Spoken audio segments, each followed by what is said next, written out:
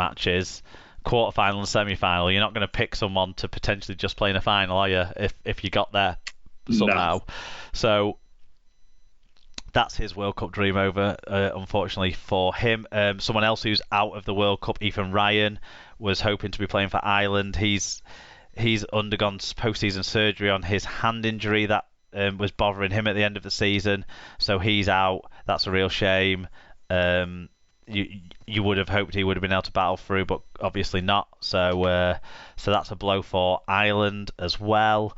Let's talk about the women's squad for England, shall we, David? Do you want to take us through who's been named? I will do that. So for the England women, it's Daniela Anderson, Caitlin Beavers and Cara Bennett, all from Leeds Rhinos. Leah Burke, Jodie Cunningham from St Helens, Holly Dodd, Grace Field from York, Fran Goldthorpe from Leeds, Amy Hardcastle and Zoe Harris from St Helens, Zoe Hornby from Leeds, Shona Hoyle, Tara Jones from St Helens, Vicky Molyneux from Wigan, Carrie Roberts from St Helens, Georgia Roach from Leeds, Emily Rudge from St Helens, Tara Jane Stanley from York, Beth Stott, Paige Travis, both St Helens, Courtney Winfield Hill from Leeds, Vicky Whitfield from St Helens, Georgia Wilson from Wigan, and Olivia Wood from York City Knights. Obviously, the inclusion of Courtney Winfield Hill is an interesting move. Yeah, of course, she declared that she would be available for England earlier on in the year, and then seemed like she was gearing up for it, but also talked about stepping away after the grand final, didn't she? So big that she's still up for the World Cup before she does that stepping away. You got Holly Dodd in there, who won Super League Young Player of the Year in the women's competition in the last week, and Tara Stanley won the Woman of Steel award. So well done to both of them. The Leeds coach, Lois Forsell, won Coach of the Year, which was well deserved by her. Yeah. I think it's an exciting squad. I think there's plenty in there to think we can be competitive. I hope some of the forwards that were missing at the back end of the year will be available. Grace Field weren't she? She was out for York. Georgia Roach in the halves. Her fitness is a question mark, but clearly the coaches are giving her every opportunity to be available for the World Cup. I'm not sure how fit she'll be, but she's got a month to get herself right. So hopefully she's there, because I think then you set on a Roach and Winfield Hill halfback combination, and I think you can be quite quietly confident that will be good. You've got Stanley then at fullback. You can put some exciting options on the wing. You've got the pace of Goldthorpe. Wilson and Beavers are both very, very talented players, and those three are all players that can play at fullback as well as on the wing. So they are creative as well. They have got multiple talents. A couple of people that have missed out that are a bit of a surprise. Maybe Sinead Peach. She was up in the shortlist for Woman of Steel, wasn't she? But she isn't in there. They've gone with Kira Bennett basically instead, who's had a really good season. And there's no Chantel Crowell, which I think is a bit of a surprise, isn't it? It's a bit of a surprise, but I don't know if she's carrying any knocks, but certainly she hasn't been as good in the second half of this season as she was before. And actually at St Helens, when you look at their forward pack, it has been Vicky Whitfield who stood up and been more imposing, and Shona Hoyle, since she came over as well to mid-season signing, has taken a lot more game time away as well. So those guys have obviously impressed more and are in there. I think it's there's those front row spots. If you think if we're assuming Cunningham will be fit and will be playing at loose forward, it's another ball playing option, like she's done for St Helens in the last couple of years, then those prop forward spots are really hotly contested anyway. Danielle Anderson has been brilliant recently for Leeds. So you've got Grace Field, you've got Shona Hoyle, you've got Vicky Whitfield competing for those spaces in that team. That's good pack. Yeah, really good pack. And Holly Dodd and Liv Wood, and you're thinking who's going to get those second row spots, because you've got I think Molyneux's one of the best, most experienced players we've got. But Emily Rudge, she's the captain. She's playing. Paige Travis, I think, is a better second row than a middle unit forward. Holly Dodd, of course, in those positions as well. I think there is competition for places amongst high caliber players who are good athletes. I think, and I'm not saying we're as good as the Aussies, but I think it's a really good squad that I'm really excited about. Yeah, I mean, again, you don't get many opportunities to test yourself against each other in these, until the World Cups come round. So, let's see how they go. I think we've put together a really good squad there, and the competition in the UK has come on hugely over the last 2 years. Absolutely huge, leaps and bounds. So it'll be very interesting to see just how they go, against the big names from Australia. Yeah, good luck to the England women anyway. I've got tickets to all of their group games, so I'm hoping for a successful tournament. Okay, dokes, that's us. That's the World Cup squads that we've already got, that we've seen, that we've been able to talk about. England's men's will be announced on Friday, so look out for that. I think there's possibly going to be a few surprises because of a few injury issues. I don't think Farrell should be fit enough to make it. Obviously, Walmsley's ruled himself out, and it seems like he's taken the opportunity to have something done on his arm as well, because that looked like a funny broken foot when he was walking around with a sling on. Yeah, he's got. So he was walking around with his plastic boot on because he's got a broken foot, but I think he's had some surgery on his elbow at the same time because his foot's going to keep him out until much later in the year. Yeah. Yeah. So I think, that gives questions as well. Bateman's going to miss some game time through suspension. Knowles should be okay, won't he? He can suspend his ban on the Fiji game. He might even be able to spend it on a night game like Bateman's going to. I don't think so. I think that's too late for that. But it doesn't matter anyway. It's only one game in it, so they can clear it on that. It does seem wrong. It feels right for England that's what they've been able to do, but it feels wrong that these players aren't going to have to have a ban as well at the start of the proper season next year. But anyway, that's the rules that have been put in place. But I'd much sooner see them get banned next year, but as well, or something. I don't know. But anyway, right. That's the World Cup preamble that we've got in front of us to talk about. So let's move now to wrap up the show.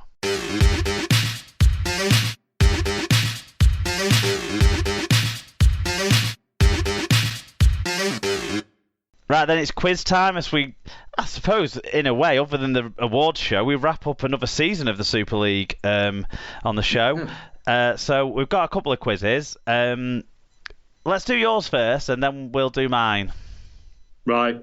I'm glad I've been quite gentle then, Mark, because it'll obviously set the standard for you quizzing me, which always makes me nervous. So we're going to do a try-related quiz, as we've already mentioned. The Matty Lees try in Saturday's grand final was the fastest in the Super League grand final history. So we're going to do sort of cup final related or try related questions. Who scored the first try in last year's grand final? Kevin Nguama? It was Kev. Very good. First and last, wasn't it? It was first and last. He scored the first and he scored the last.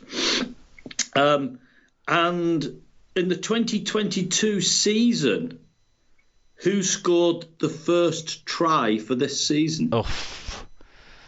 Now you have to think back. What was the opening game? Well, the opening game was St Helens, wasn't it? I think. It was.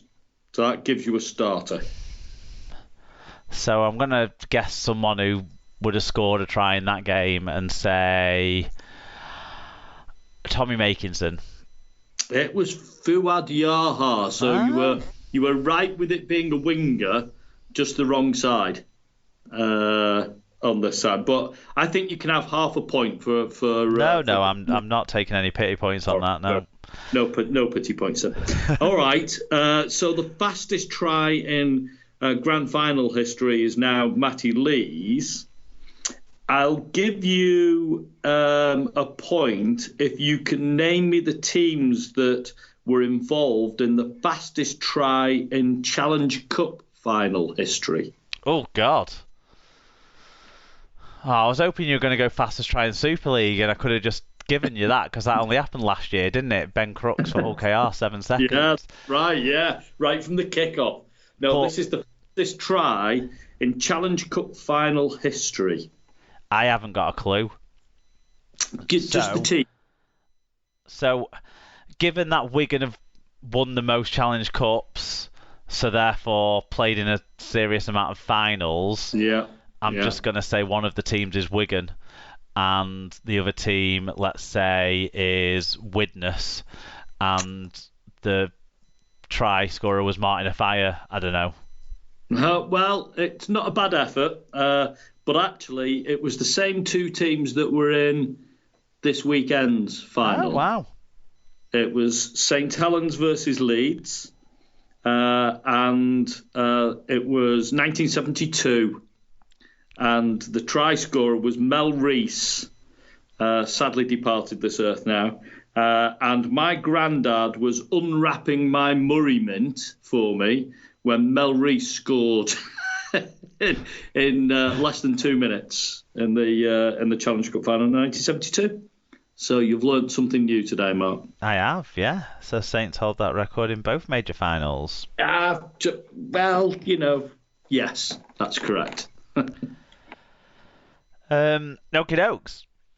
Much more up-to-date quiz that I've got than that last question you dropped on me. Well, I like to make them harder as we go along, and test your historical knowledge from before you were born. Well, mine get harder as we go along as well. Go on. So the first question, if you listen closely to the question, it should give you a very big clue on where you're going with the answer. Okay. So, which player played the most games in Super League this year, playing 30 games, which meant he played in every game week possible in 2022?